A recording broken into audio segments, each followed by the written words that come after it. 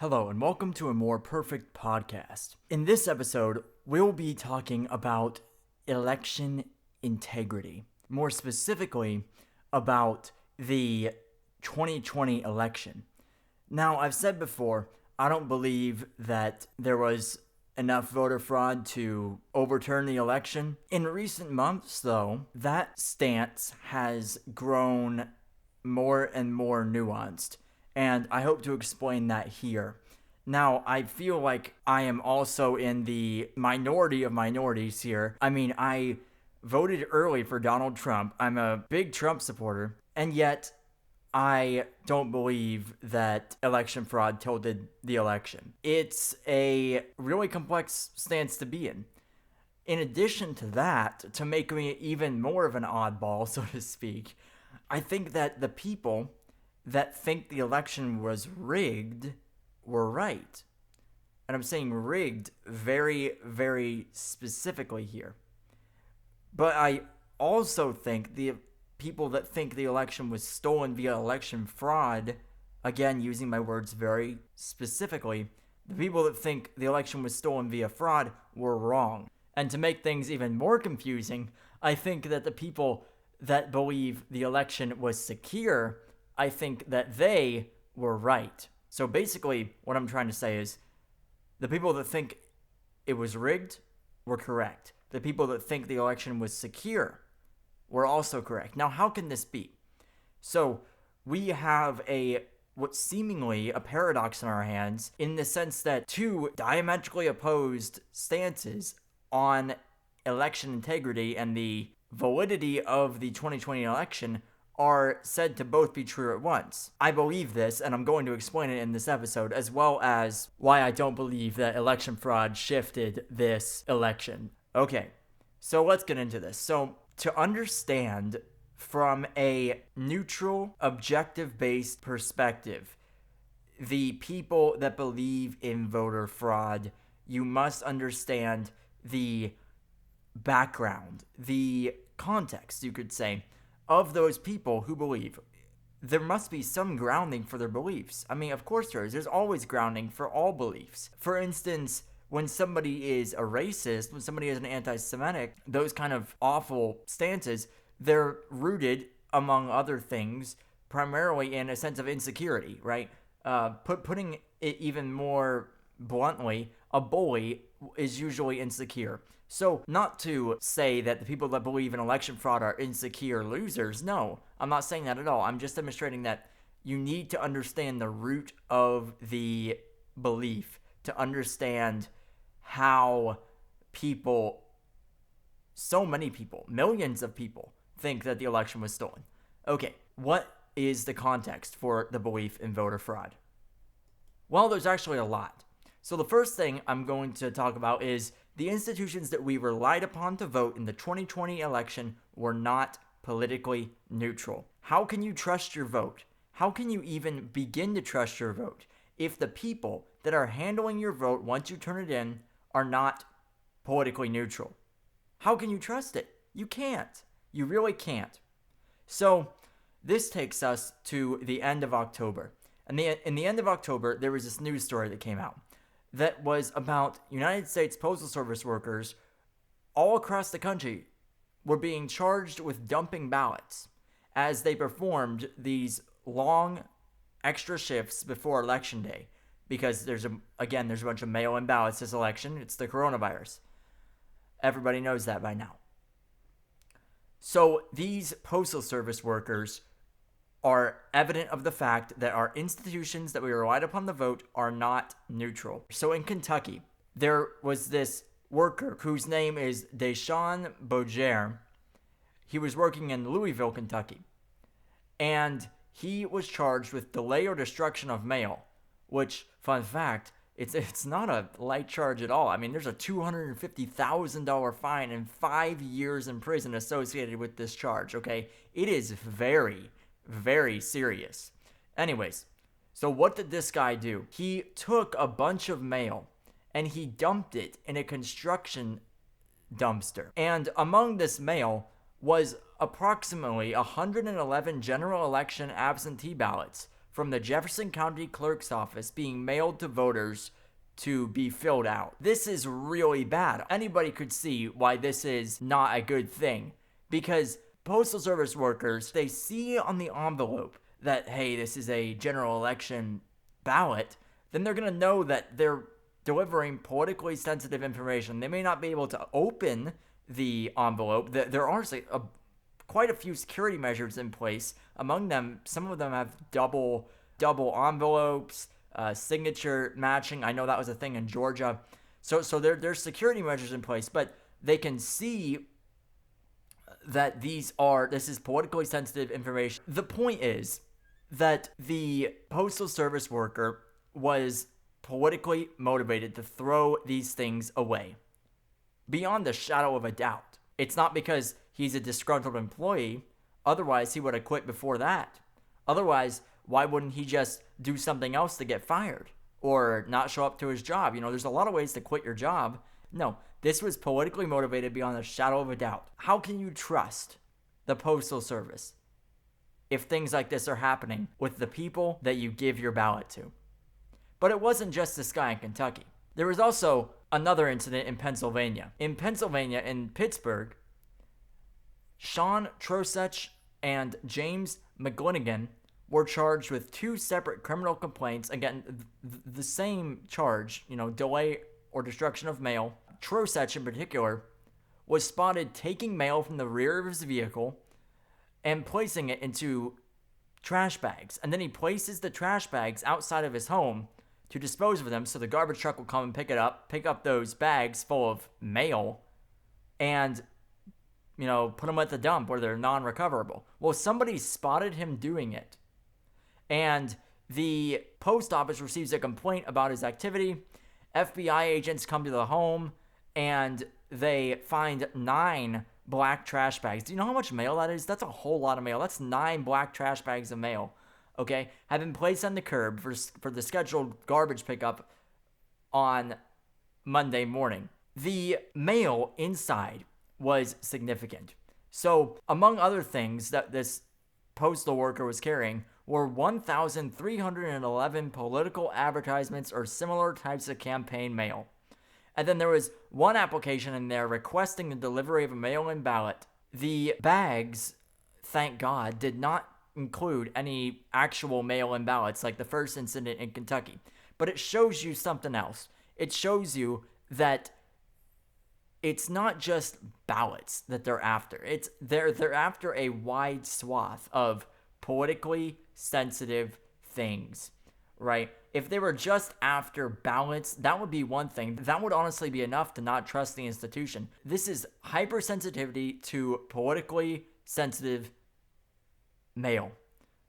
The institutions, I'm going to say this again and again, probably throughout this episode, the institutions that we relied upon to vote in the 2020 election were not politically neutral, or at least the bureaucracy of those institutions, effectively the people that make up the institution itself, in this case the United States Postal Service workers, were not politically neutral. They were taking a side here, and this needs to be noted. This undermines the entire process of election integrity. How do you know? Again, how do you know where your ballot's going to go? It's not just the institutions that we relied upon, though.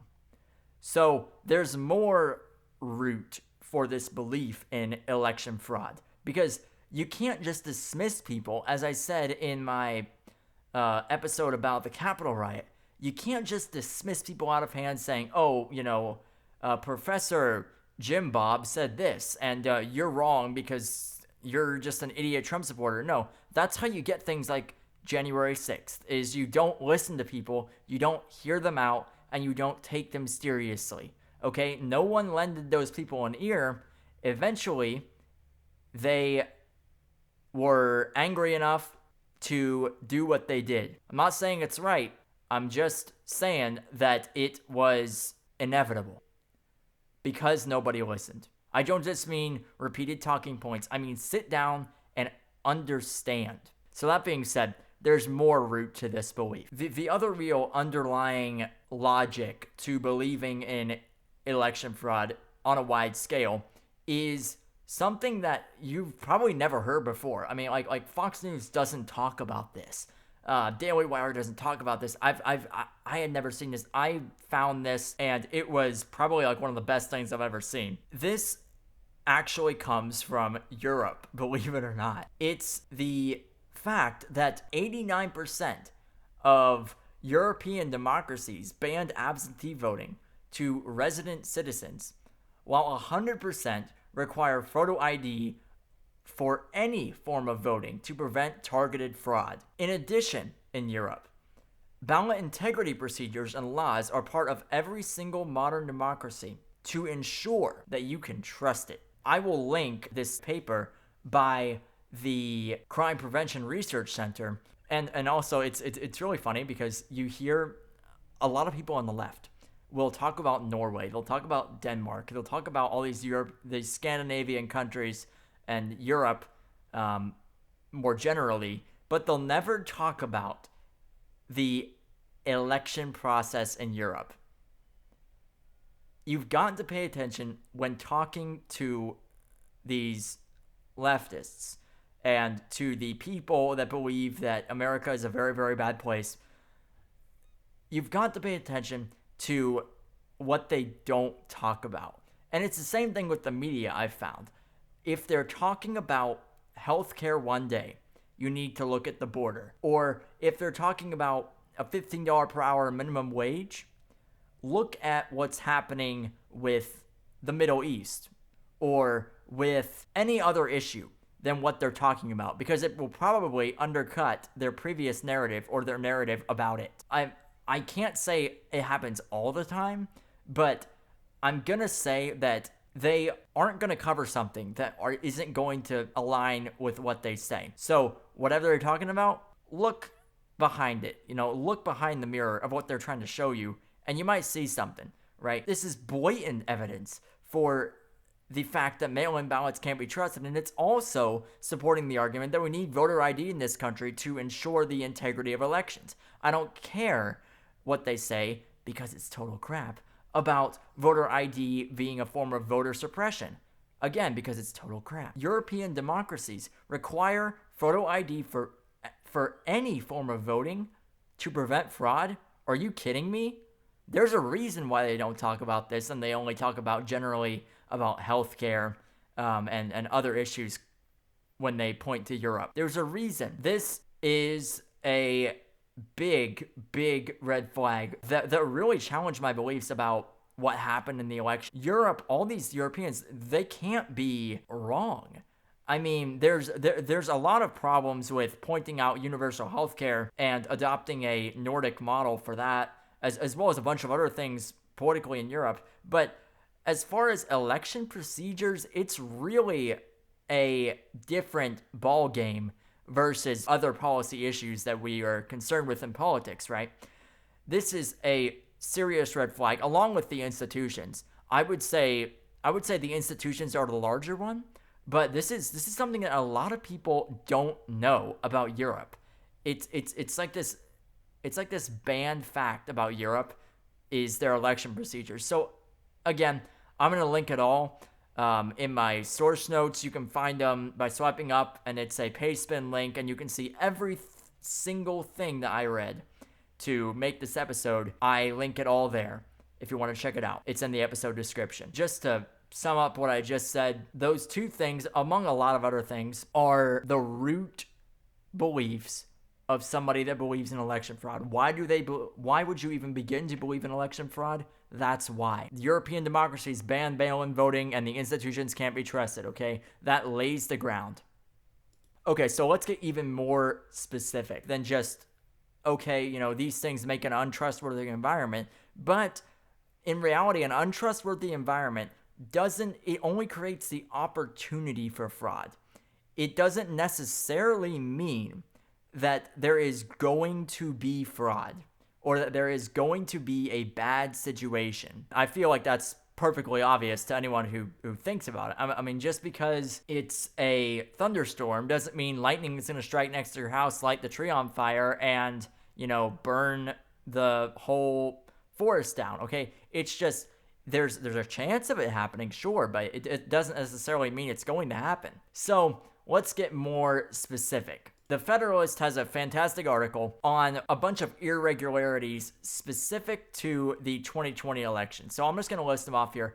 Biden got 80 million votes. This is more than the votes that Barack Obama got, the first black president. This is more votes than he got by a long shot. This is this man who stayed in his basement the entire campaign. And don't give me that crap about how he ran a different campaign and he adhered to COVID safety guidelines. Well, if he did run a different campaign, if he did run an online campaign, then obviously his online campaign wasn't that effective. Because if you look at the viewership of Trump's live streams versus the viewership of Biden's live streams, or the viewership of Biden's interviews, which were recorded by all the mainstream media because obviously they're Democratic hacks, you see a vast engagement difference in likes, dislikes, views, anything, comments. There is vastly more people interested in Trump stuff versus interested in Biden stuff. So if you're gonna say, well, he ran a different campaign, bro, and that's why he was in his basement, it doesn't make sense, because still, if he gets 80 million votes without holding a single rally and holding a crappy online campaign, as evidenced by his viewership, how can you say he got 80 million votes? It's just unfriggin' believable. Furthermore, Biden became president despite losing most of the bellwether counties. Donald Trump picked up 18 out of 19 bellwether counties. Biden lost. He was the first president in 60 years to lose the states of Ohio and Florida on his way to election. The Federalist says that for a century, those states, Ohio and Florida, have constantly predicted the national outcome, and they've been roughly representative of the American melting pot as a whole. Even more so, national polling gave Biden a lead in both states. Now, what they don't tell you in the Federalist is that his lead in Florida was basically neck and neck with Trump.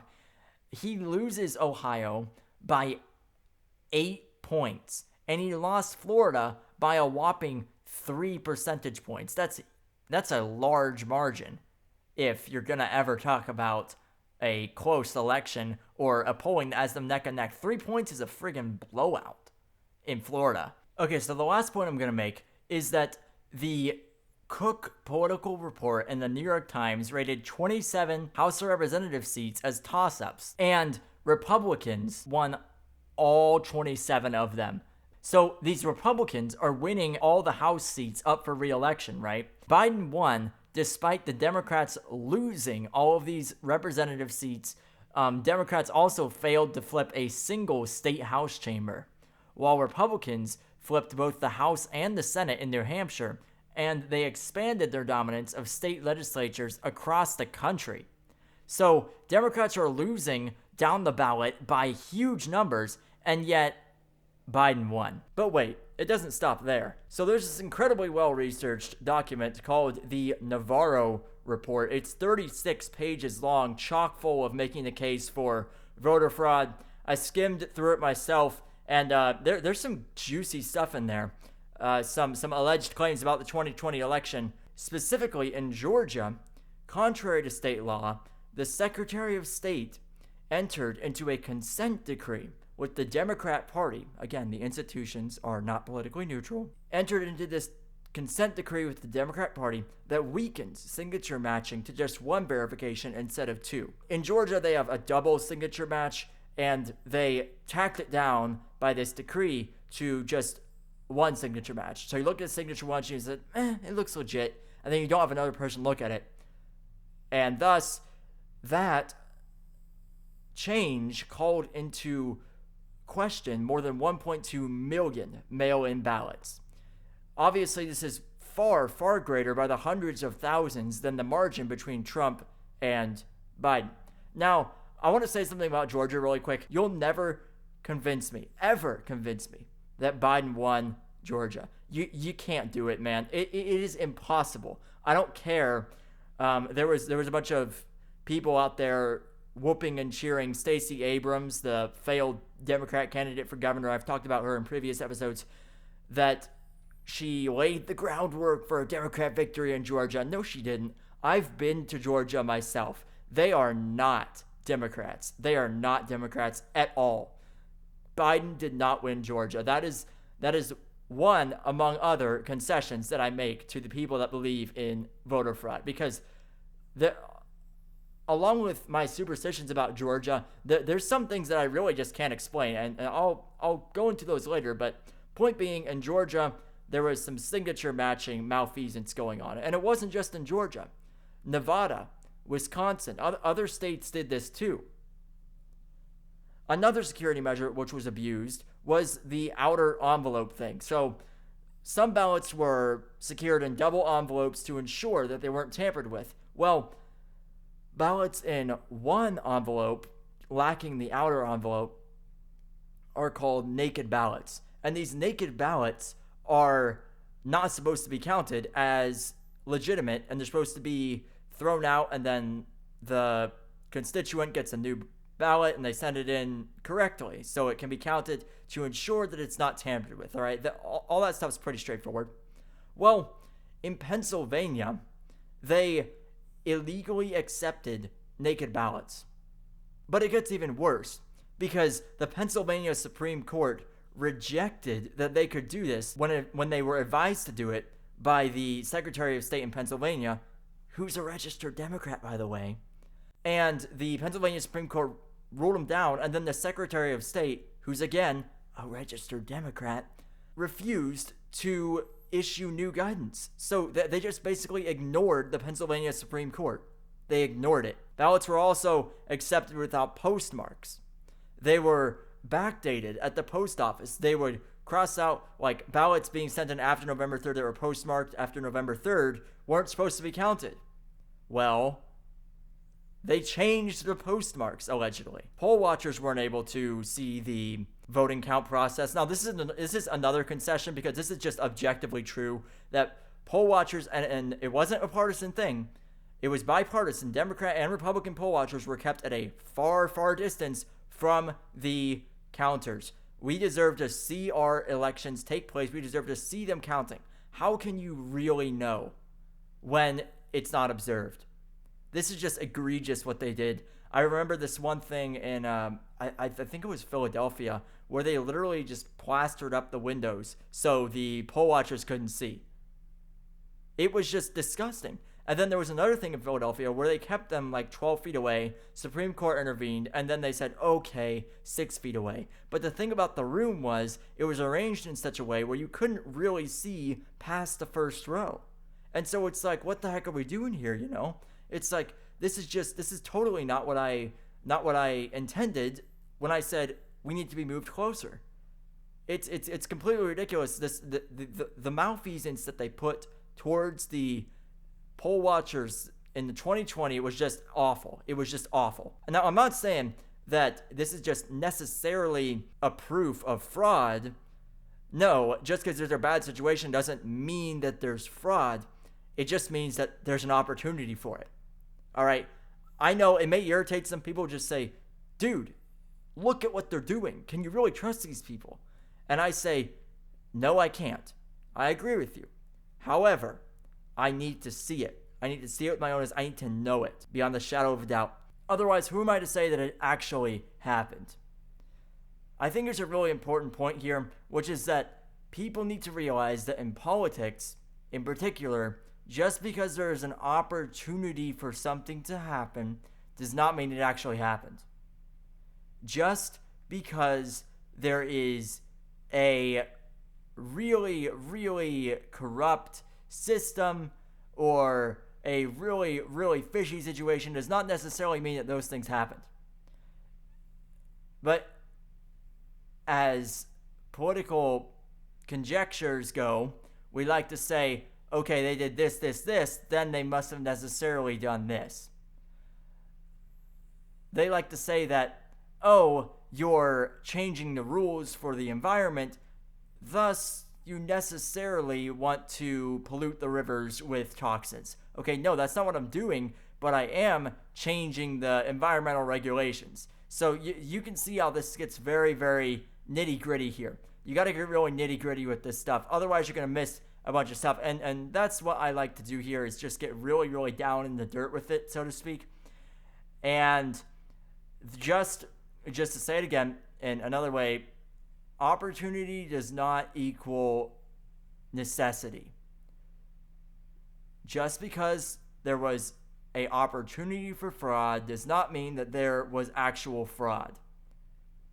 Okay, that being said, you can check out the Navarro report in the link in the description if you'd like to check it out.